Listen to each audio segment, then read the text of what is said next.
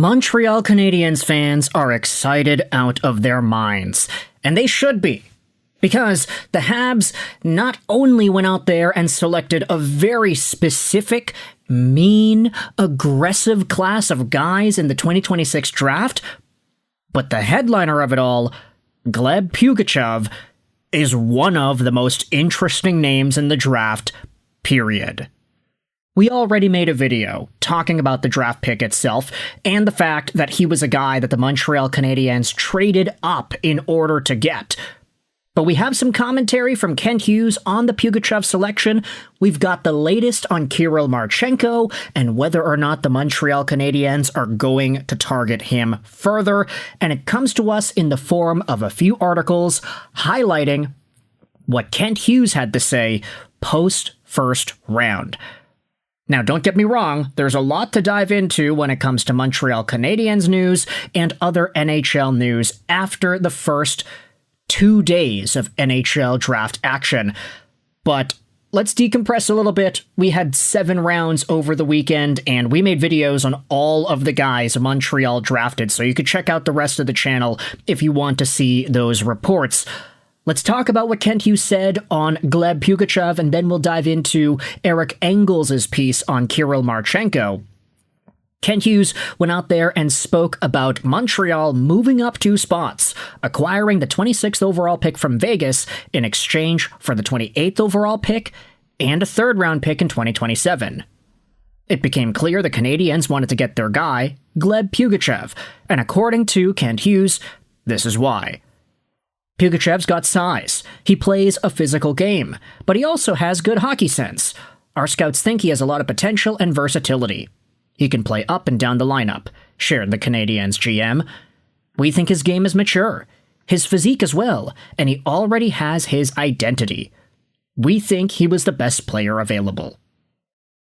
This is the 3rd straight year that Montreal has gone for a highly touted Russian player with its first pick, after Alexander Zhuravsky last year and Ivan Demidov 2 years ago. I think it's more difficult to get access to Russia. Because of this, these players aren't getting seen as often and are more likely to slide, explained Hughes. On the other hand, I don't come into every year telling myself we're going to draft out of Russia. On the team's needs, Kent Hughes said, we're looking for specific things. We're not just looking to accumulate more talent, and then we'll figure it out.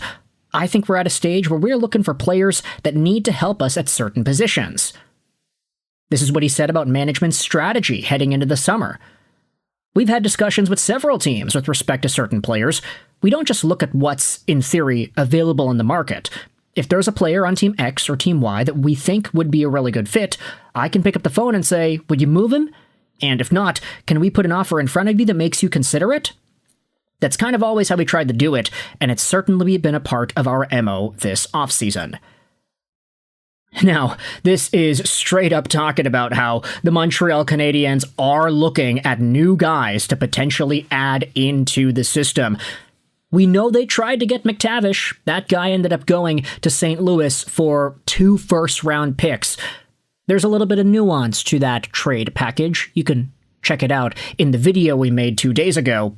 But this is what Nick Bobrov went out there and spoke about in regards to the Habs beefing up its prospect pipeline on the back end and getting picks that were all over 6 feet. As Marty Lapointe said, the Ds are always in demand, and we always talk about different buckets, and which ones are full and which ones are becoming emptier. So, where the best fishing holes are, as we say, and it's different from draft to draft. Sometimes a bucket of big forwards might be fuller than on the D side, so in this case, it just so happened that the Ds were the best players in particular spots. This is what Lapointe said about Pugachev. This guy is a unicorn. We love the way he plays, shift in, shift out. The details in his game at his age are rare.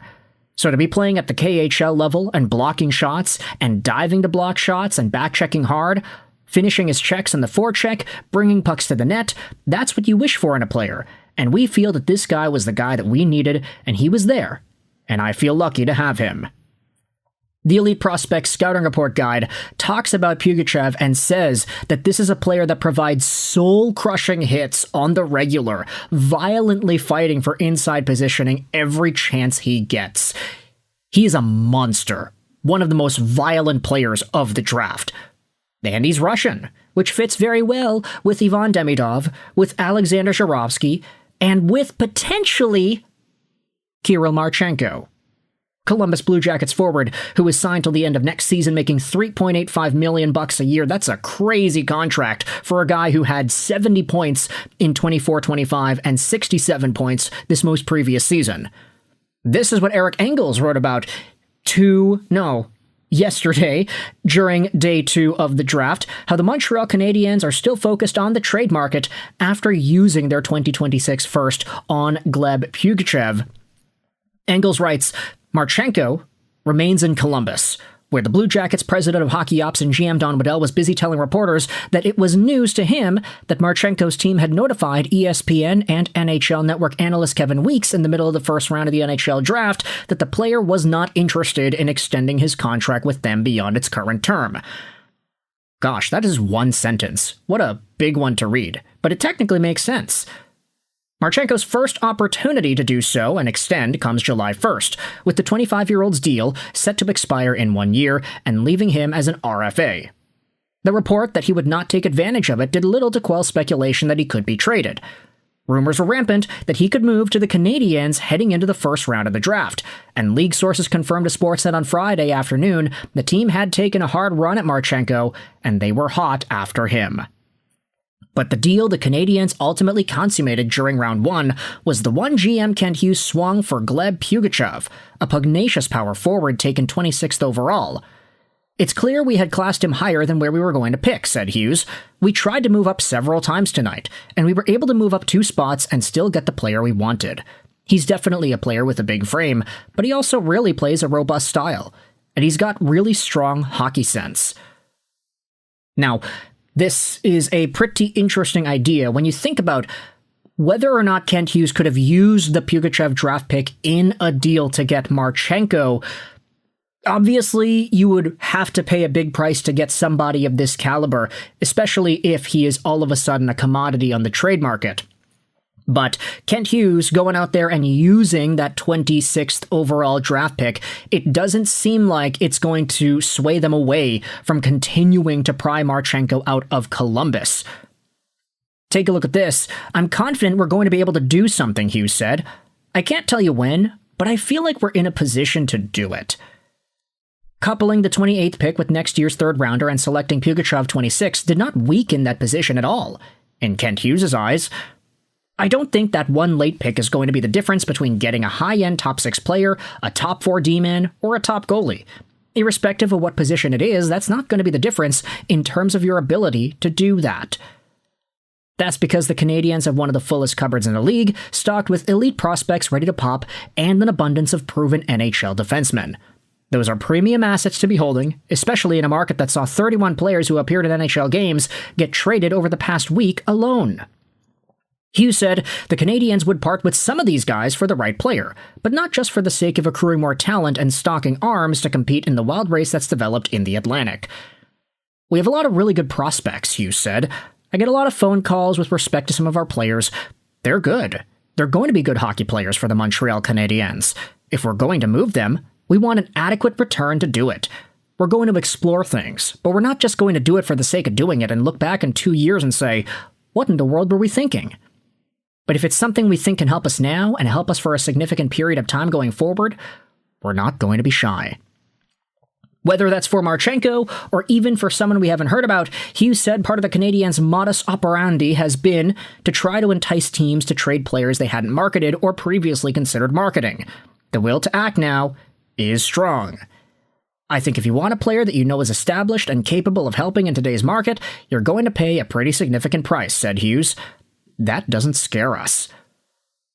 All of this is pointing fingers towards Kirill Marchenko as a potential Montreal Canadiens trade target, and Kent Hughes' willingness to dangle around some top prospects to get that done. Even though they went out there and drafted Gleb Pugachyov with a pretty significant draft pick, Kent Hughes seems confident that with the young talent acquired, there is a number of names that you can say makes sense for a Columbus Blue Jackets trade package for Marchenko or for any other team potentially willing to trade away some top-tier forwards. You can let me know your thoughts in the comment section below. How do you feel about Kent Hughes, his press conference, what he said about Pugachev, and his sense on the trade plan for the Habs? Is Marchenko the guy to go for? Let me know your thoughts in the comment section below. I hope you enjoyed this video. And bye.